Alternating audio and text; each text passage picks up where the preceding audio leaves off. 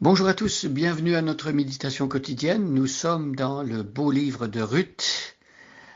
Nous avons parcouru déjà 14 versets, nous nous acheminons vers la fin du passage et plus nous voyons l'histoire se développer, plus nous reconnaissons la bonne main de Dieu qui œuvre dans les coulisses. Donc je vous invite à prendre votre Bible et à suivre avec moi. Nous lisons donc le livre de Ruth au chapitre 1. Et aujourd'hui, nous allons lire les versets 15 et 16. Ruth, chapitre 1, et je commence la lecture au verset 1.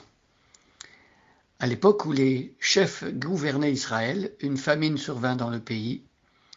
Un homme de Bethléem en Juda partit séjourner avec sa femme et ses 2 fils dans la campagne du pays de Moab.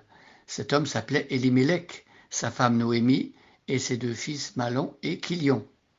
Il faisait partie des Éphratiens de Bethléem en Juda, et ils parvinrent en Moab dans la campagne et s'y établirent. Élimélec, le mari de Noémie, mourut là, et elle resta seule avec ses 2 fils. Ils épousèrent des femmes moabites, dont l'une s'appelait Orpa et l'autre Ruth. Ils demeurèrent là une 10aine d'années, puis Mahlon et Kilion moururent à leur tour, et Noémie resta seule, privée à la fois de ses 2 fils et de son mari. Lorsqu'elle apprit que l'Éternel était intervenu en faveur de son peuple et qu'il lui avait donné de quoi se nourrir, Noémie se mit en route avec ses 2 belles-filles pour rentrer du pays de Moab. Elles quittèrent donc ensemble l'endroit où elles s'étaient établies et prirent le chemin du pays de Juda. Alors Noémie dit à ses 2 belles-filles : « Allez et rentrez chacune dans la famille de votre mère. Que l'Éternel soit bon pour vous, comme vous l'avez été pour ceux qui sont morts et pour moi-même. Qu'il vous donne à chacune de trouver le bonheur dans un nouveau foyer. » Puis elle les embrassa pour prendre congé. Les 2 jeunes femmes pleurèrent à gros sanglots et lui dirent : « Non, nous t'accompagnerons dans la patrie, dans ta patrie. » Noémie leur répondit : « Retournez chez vous, mes filles. Pourquoi viendriez-vous avec moi ? Je ne peux plus avoir des fils qui pourraient vous épouser. Retournez chez vous, mes filles. Allez, je suis trop âgée pour me remarier. Et même si je disais j'ai de quoi espérer des enfants, je me donnerais à un mari cette nuit et j'en aurais des fils. Attendriez-vous qu'ils aient grandi et renonceriez-vous pour cela à vous remarier ? Bien sûr que non. Mes filles, je suis bien plus affligée que vous, car l'Éternel est intervenu contre moi. » Alors les 2 belles filles se remirent à sangloter, et finalement Orpa embrassa sa belle-mère, mais Ruth resta avec elle. Noémie lui dit : « Regarde, ta belle-sœur est partie rejoindre son peuple et ses dieux. Fais comme elle, retourne chez les tiens. » Mais Ruth répondit : « N'insiste pas pour que je te quitte et que je me détourne de ta route. Partout où tu iras, j'irai. Où tu t'installeras, je m'installerai. Ton peuple sera mon peuple et ton Dieu sera mon Dieu. » Waouh, 2 beaux versets qui méritent explication. Prenons le verset 15. Alors c'est Noémie qui parle, la belle-mère. Et Noémie dit à Ruth : « Regarde ta belle-sœur, regarde Orpa. Elle est repartie rejoindre les siens, son peuple, ses dieux. » Et donc, ici, Noémie lui dit : « Mais pourquoi toi, tu ne fais pas la même chose ? Pourquoi est-ce que toi, tu ne retournes pas vers tes dieux et vers ton peuple ?» Et ça aurait été naturel. C'est un peu comme une sorte de mise à l'épreuve, d'une certaine manière. Noémie sait que sa belle-fille a l'entière liberté de faire comme elle veut. C'est une possibilité évidente pour elle de rebrousser chemin, de retourner au pays de Moab et de continuer sa vie comme elle l'avait toujours vécu avant de connaître le fils de Noémie et d'Élimélec.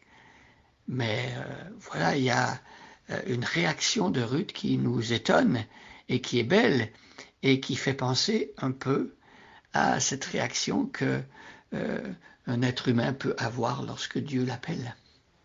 Écoutons le verset 16. Ruth lui répondit, « N'insiste pas pour que je te quitte et que je me détourne de ta route. Partout où tu iras, j'irai. Où tu t'installeras, je m'installerai. Ton peuple sera mon peuple et ton Dieu sera mon Dieu. » Alors, on a ici un engagement solennel de la part de Ruth. Ruth indique à sa belle-mère qu'elle est prête à changer de vie. Elle est prête à abandonner son ancienne vie pour commencer une vie nouvelle. Et donc, elle ne veut pas quitter sa belle-mère. Elle veut même adopter son pays, sa langue et son Dieu et son peuple. Voyez le changement radical, voyez l'engagement radical. Mes amis, cela nous fait penser à une conversion d'une certaine manière. Cela nous fait penser à ce qui se passe lorsque le Saint-Esprit touche le cœur d'une personne et que cette personne devant Jésus décide de laisser derrière elle les anciennes habitudes, l'ancienne vie et de s'engager. Pourquoi? Parce qu'à la base, il y a l'amour.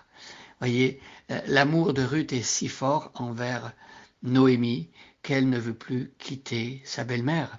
Et derrière ça, il y a certainement l'action de Dieu. Parce que pour Ruth, Noémie représente aussi le disciple, l'enfant de Dieu, le membre du peuple de Dieu, voyez. Et ici, voilà, on voit que Ruth, elle exprime que personnellement, dans son cœur, elle veut suivre Noémie, mais pas seulement Noémie, mais le Dieu de Noémie. Ton Dieu sera mon Dieu.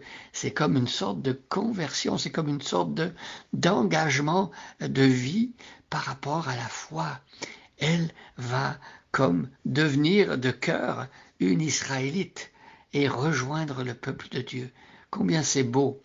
Mes amis, si en face du message de l'Évangile, si devant l'appel de Jésus, vous aussi, vous décidez comme Ruth de laisser derrière vous les anciennes habitudes, l'ancienne vie et de suivre Jésus, ben, mes amis, vous devenez chrétiens. Ce n'est pas plus compliqué que cela. Un chrétien, c'est quelqu'un qui a entendu l'appel de Dieu, qui a reconnu l'amour de Dieu, qui est attaché à Dieu et qui veut suivre Jésus parce que Jésus a gagné son cœur par son amour et sa compassion. Alors, on va voir dans la suite du texte que, effectivement, Ruth va changer. Dieu la prend en main et Dieu va la guider. Mais pour l'instant, réjouissons-nous parce que Dieu transforme des vies, Dieu met dans le cœur des êtres humains ce genre d'engagement vis-à-vis de lui. Cela ne peut provenir que de lui et c'est une bénédiction sans nom de pouvoir dire que Dieu nous a touchés pour qu'on réponde à son amour par un engagement concret. Bonne journée à chacun et à chacune et soyez bénis.